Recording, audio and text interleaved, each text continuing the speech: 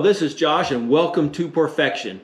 Today we are looking at part 3 of a 4-part video series regarding how I drove $700,000 worth of vehicles over a 7-year period for over 100,000 miles and did so for free.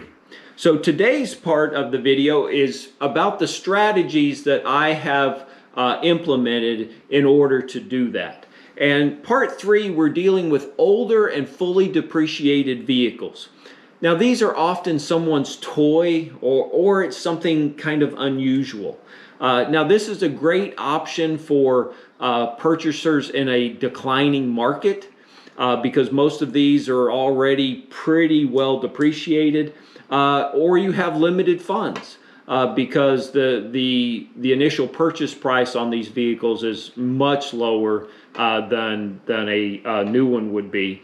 The caveat is some of these vehicles are going to be a little harder to finance as they might be a little older. So if you are a cash buyer, that can be extremely advantageous to you. Now what you really want to look for is a vehicle that's around 7 to 12 years old, that you're maybe going to keep for 5 or 6 years. These are going to be well maintained and garage kept.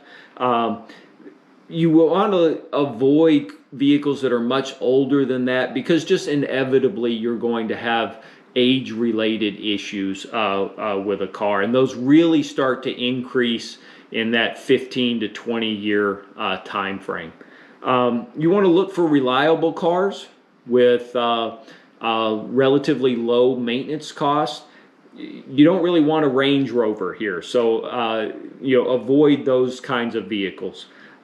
Especially in the Midwest or the Rust Belt, most of these cars are not going to be your kind of daily driven vehicle. You don't want something that's seen salt and be driving something for 20 years that has gone through that. It might not look the best in the world. So these are going to be something that was someone's toy, that was a summer kind of car, that was maybe an older person's vehicle that didn't get out any at all during the winter.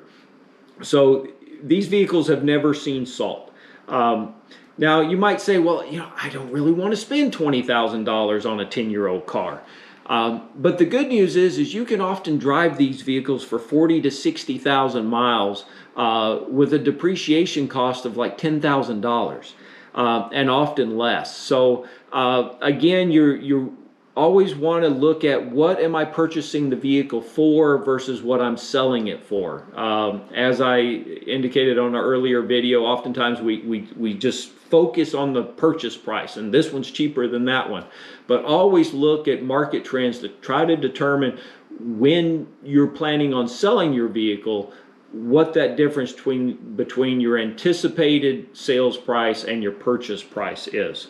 So I'm going to give some examples. These are all off of cars.com, in January of 23. And I'll give a couple of examples of vehicles that I have seen in my local area. So one is one that I just purchased. I purchased a 2012 Cadillac CTS Coupe.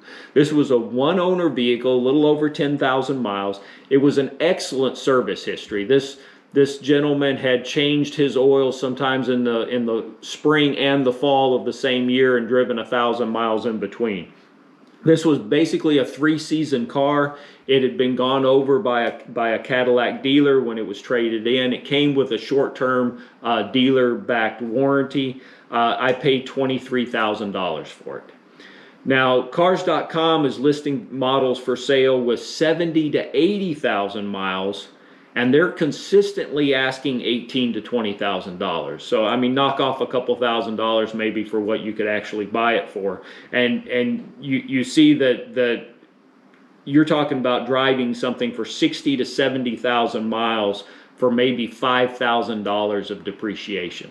So compare that to maybe a usual new car, even a Toyota Camry or something like that, and your depreciation costs are much less. And I dare say that I think driving a Cadillac CTS Coupe, I know the looks are a little bit controversial, but it kind of stands out. It's kind of a cool car for $20,000. The next example I had, and I looked at this vehicle, but somebody came in the day before me and picked it up.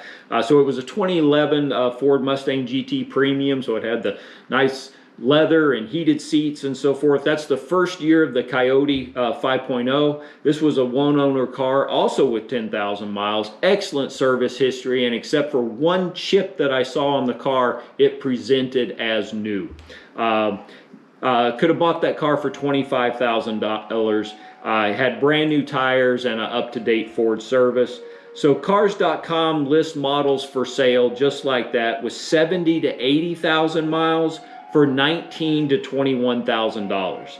So again, you're talking about driving a car for 60,000 miles and possibly losing somewhere in the line of about $5,000 to $6,000. Because remember, at this stage, a vehicle that is that old is not going to depreciate so much by one more year of age. Another example would be like a 2016 Mazda Miata. One owner, again under 10,000 miles. Those are running $24,000 to $26,000, while those 70 to 80,000 mile examples are 18 to 20. Again, we're looking at driving a car for 60, 70, 80,000 miles for $5,000 or $6,000.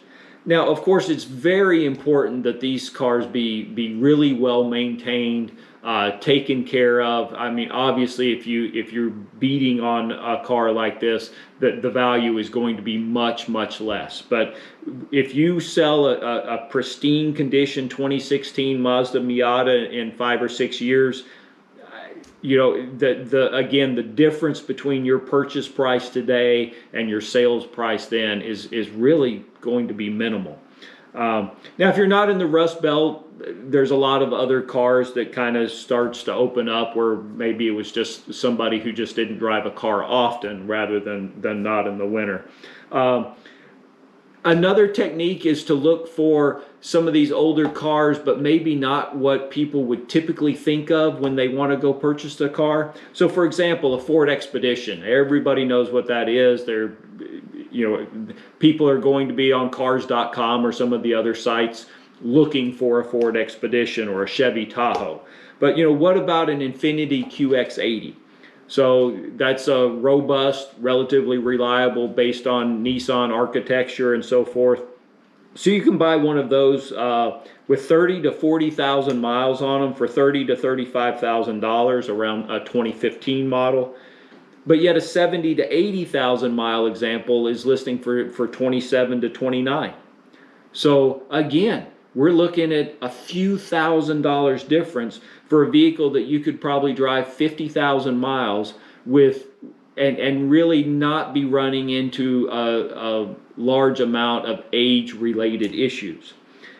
Maybe instead of a V6 Honda Accord, again, a lot of people on Cars.com and other sites, they're not sponsoring me, by the way, that are looking for a Honda Accord. But how many people are looking for something like maybe a 2015 Taurus SHO?